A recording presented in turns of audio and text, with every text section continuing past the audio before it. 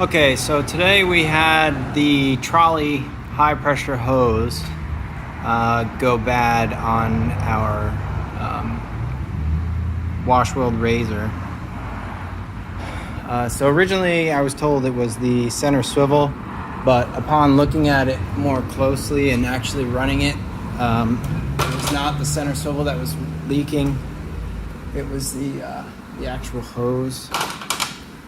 As soon as I got up there, when these hoses are leaking, you can see here on the bottom of this one, you'll see that rust pattern.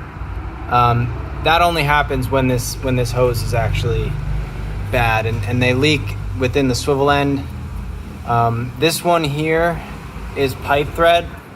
The pipe thread ends do not last as long as the JIC, so you'll notice, I mean, if you're watching this video, there's probably none left. I think that this is probably the last one other than the one in Kerhonkson. You know, we're using JIC everywhere because it's a much more beefy connection than the pipe.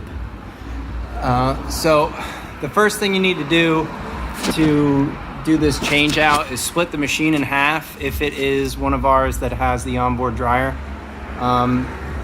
The machine is only held together with these two pins. You can see the bracket up there on the top, and then the other end of it is up there on that side. So I have both sides of the hose detached already. Okay, so after you've taken the hose ends out, there are two of these, I don't know, they're just like plastic tie downs. Not sure the actual name for them, but they hold the hose down until it gets into the E-chain, which is right over there. So you just have to take those 4 screws out and get that out of there. So we'll do that and then we'll come back. Okay, so now we got those 2 out. We just pull the tops out. I'll leave the bottoms in just because you know, we want to know where they go, but we're gonna clean all this stuff up before we put it back together. We'll bring the high pressure hose out here and clean it up.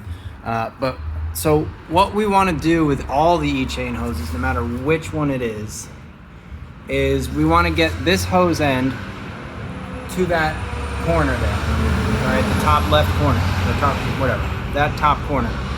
Okay, so you can get that, it'll go easily. I mean, I can't really pull it with one hand, but we can get this hose to go to that bend easily, all right? And once we get it to there, we're going to use the machine to actually get it through the bend. So I'll show you that in a second. So I'm gonna get this hose pulled in to there with 2 hands and then we'll be back. Okay, so now we got our hose pulled right into the top of the bend. That's where you're gonna have most of your problems, okay? So if I were to try and just pull this like it is now, it would take forever because you gotta go and push it through and get it nice and evenly. The other thing to note is this one, they come from the factory with this fabric on it, which does, you know, make them last longer, but it makes it such a pain to get it out of the E-chain. When you go to pull this out, make sure that you're pulling this fabric with it, because what'll end up happening is, I mean, I did it a little bit here, but you'll get it ruffled up like that and it just makes it harder to pull it out. So if we go trolley left, you see how it's putting it into the flat? Now it's, you know, a million times easier to pull it when it's in the flat. So, you know, we could pull it with one hand right out because it's in that flat, and we never had to deal with the bend. So we will take the fabric off that, put it on the new one, and then we're going to reverse the process and push it all the way in to the bottom of the bend, and then drive the machine back this way and it'll pull it through the bend for us. So I'll get the fabric put on the new hose and we'll take it from there. Okay, so just a side note, you probably know this, but maybe you don't. The hose has a natural bend to it because it was in a hose reel, all right? Now, when we put this into the E-chain, we want to make sure that we're following that natural bend.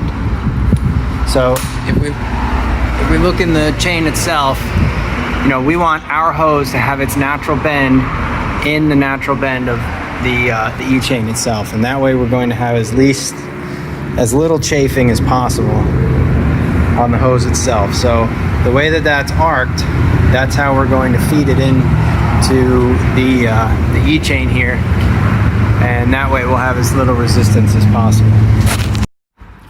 All right, so now we have the hose end right in the bottom of the bend. All right, we've got our hose over here. Sorry for the bad camera angle. Let's get the remote. All right, so let's see. Okay, so we want to go trolley right. You see it's gonna, let's keep going. Arch rotate. Okay, trolley right. And you can see it gets pulled right through the bend for us. So now all that hard work is done. We don't gotta fight that. Now we just gotta get it through this straight portion, the outside of there. So I'll go ahead and push the rest of that through, and then we'll come back. All right, so we have our new fitting on there. We have our hose fully run in. So we're just gonna take the hose, get it on there, and spin it on until it's nice and tight.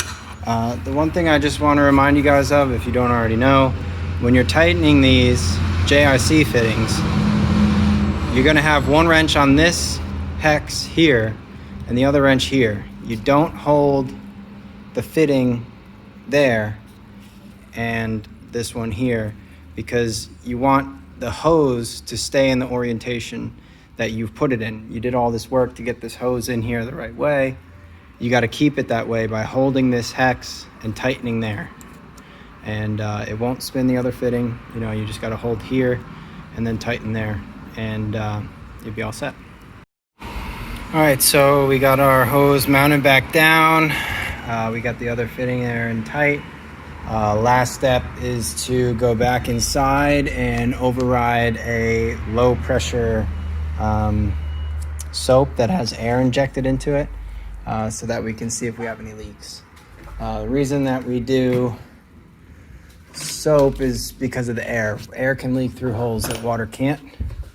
So let's just run inside quick.